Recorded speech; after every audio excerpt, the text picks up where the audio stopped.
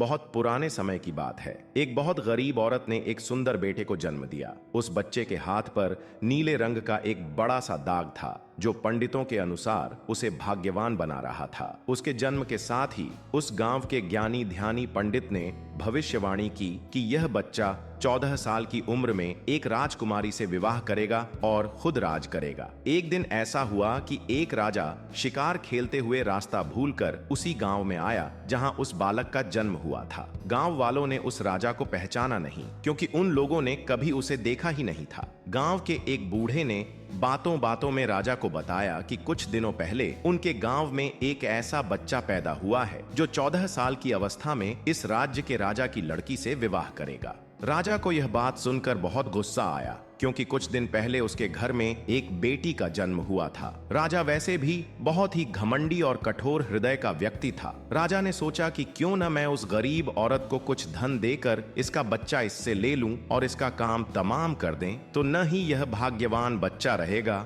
और न ही मेरी राजकुमारी से विवाह कर पाएगा। वह गांव के उस बूढ़े से बोला, बाबा तुम मुझे उस औरत के पास ले चलो, वह उस बच्चे को ठीक ढंग से नहीं पाल पाएगी, मैं उस बच्चे को अच्छे ढंग से पाल कर बड़ा करूंगा। बूढ़ा उस राजा को उस भाग्यवान बच्चे की मां के पास ले गया। राजा ने उससे अपना बच्चा देने की विनती की और बोला, तुम बहुत गरीब हो, इस बच्चे को कैसे पाल सकोगी? यह बच्चा मुझे दे दो, मैं इसे बहुत अच्छी तरह पालूंगा। वह गरीब औरत उसे अपना बच्चा देने से इनकार करती रही। तब राजा ने उसे बहुत सा धन दिया और बोला, इस धन से तुम अपना पेट पालना, और जब यह तुम्हारा भाग्यवान बेटा बड़ा हो जाएगा तो खुद ही तुम्हारे पास आ जाएगा। गरीब माँ ने सोचा, चूंकि यह बहुत ही भाग्यशाली बच्चा है, इसीलिए यह अमीर आदमी इसे लेने मेरे घर आ पहुंचा है। शायद यही ईश्वर की इच्छा है। बहुत सोच विचार के बाद उस गरीब औरत ने अपना बच्चा राजा को दे दिया। राजा ने उस बच्चे के लिए एक लकड़ी का संदूक खरीदा और उस संदूक में डालकर बहते हुए पानी में छोड़ दिया। उसने सोचा कि दम घुटने से बच्चा इस संदूक के अंदर ही मर जाएगा।